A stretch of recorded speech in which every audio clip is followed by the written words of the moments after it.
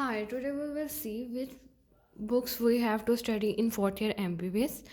We will explore some books. हम इनमें से कुछ बुक्स मैं बताऊंगी जो आपने ज़रूर पढ़नी है और फिर कुछ बुक्स हम निकाल देते हैं। सबसे पहले हम आई की देखते हैं। ये आई में हमारे पास ये जो है ये हमारे पास जोगी है, लेकिन मैं इस बुक की एक बात बताती हूँ कि जोगी बहुत लेंथी है, मतलब इसे एंड पे कवर करना बहुत मुश्किल होता है, लेकिन कुछ बच्चे ये कर भी लेते हैं। लेकिन जो इसके लिए रिकमेंडेड बुक है वो जो मेन बुक है वो हमेशा जतोई को यूज़ करना चाहिए आई के लिए। और आई के लिए आप जतोई को पढ़ सकते हैं। इसके अलावा आप जोगी में से कुछ टॉपिक्स जो हैं वो इसमें ऐड करके वो लिख सकते हैं, स्टिकी नोट्स वगैरह लगा सकते हैं, लेकिन आपको मेन बुक आई की जतोई को ही यूज़ करना चाहिए।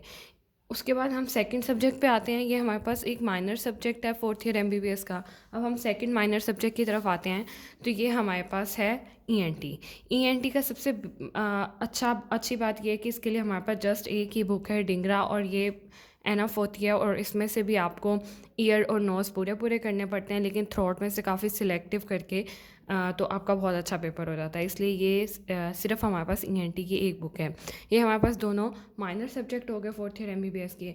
उसके बाद हमारे पास आता है एक मेजर सब्जेक्ट जो है हमारे पास कम्युनिटी मेडिसिन। कम्युनिटी मेडिसिन के लिए सारे अलग अलग चीज़ें रिकमेंड करते हैं, लेकिन मैं आपसे यही कहूँगी कि कम्युनिटी मेडिसिन के लिए एक्सेल इज़ एनफ। मतलब कि जो एक्सेल है उसमें आप मतलब जो डिजीज़ वगैरह हैं वो आप ऐसा कर सकते हैं कि आप जो के पार्क है वहाँ से देख के वो डिजीज़ वगैरह करके उनके प्रिवेंटिव मेजर्स वगैरह के पार्क से कर लें, लेकिन फिर भी हमारे लिए और उसे एक्सेल पे ऐड कर लें। एक्सेल को मेन बुक रखें। एट द एंड आपके पास बहुत थोड़ा टाइम होता है रिवाइज़ करने के लिए, तो एक्सेल काफ़ी होती है इसे करने के लिए।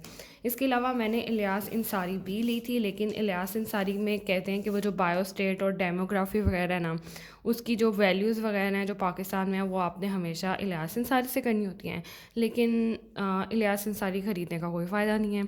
जस्ट आप लाइब्रेरी जाके 2-3 चीज़ें वहाँ से पिक्चर ले लें, 2-3 चीज़ें मैक्सिमम जो आपने इलियास अंसारी से कवर करनी है। इसके बाद हम फोर्थ सब्जेक्ट पे आएंगे फोर्थ ईयर एमबीबीएस के, जो है हमारे पास पैथोलॉजी। अब ये जो पैथोलॉजी है इसकी पैथोमा बुक जो है कुछ लोग रिकमेंड करते हैं, लेकिन पर्सनली मुझे ये बुक बिल्कुल पसंद नहीं है, क्योंकि इसमें कोई भी कंसेप्ट नहीं है। जस्ट रट्टा थिंग है कि एक चीज़ को रट्टा लगा लो, दूसरी को रट्टा लगा लो, इसमें कोई कंसेप्ट नहीं है।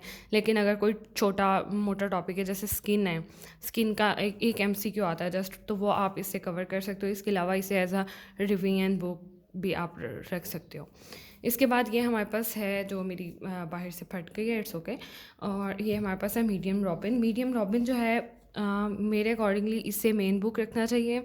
और आपने अगर कुछ टॉपिक्स पढ़ने हैं बिग से, जैसे कहते हैं कि ब्रेस्ट और फीमेल जेनिटल और मेल जेनिटल, ये आपको बिग से कवर करना चाहिए। लेकिन हमारे पास मीडियम रॉबिन एनफ होती है इस कवर करने के लिए फोर्थ ईयर एमबीबीएस के सिलेबस को। और आप कुछ चीज़ें जो हैं वो बिग से कर सकते हैं, लेकिन बहुत सिलेक्टिव, क्योंकि एट नाइट रिवाइज़ करना बिग को बहुत मुश्किल है। ये हमारे पास बिग का वॉल्यूम 2 है और ये वॉल्यूम 1 है। और आप इसमें से ब्रेस्ट और फीमेल जेनिटल, मेल जेनिटल और कुछ और टॉपिक जैसे जीआईटी वगैरह, जीआईटी में से जैसे 2 क्वेश्चन आते हैं, तो आप कि वो आपके प्रॉपरली कवर हो जाएं, वो आप बिग से कर सकते हैं। लेकिन आपको मैं यही रिकमेंड करूँगी आप मीडियम रॉबिन को as a base main book रखें पैथोलॉजी के लिए।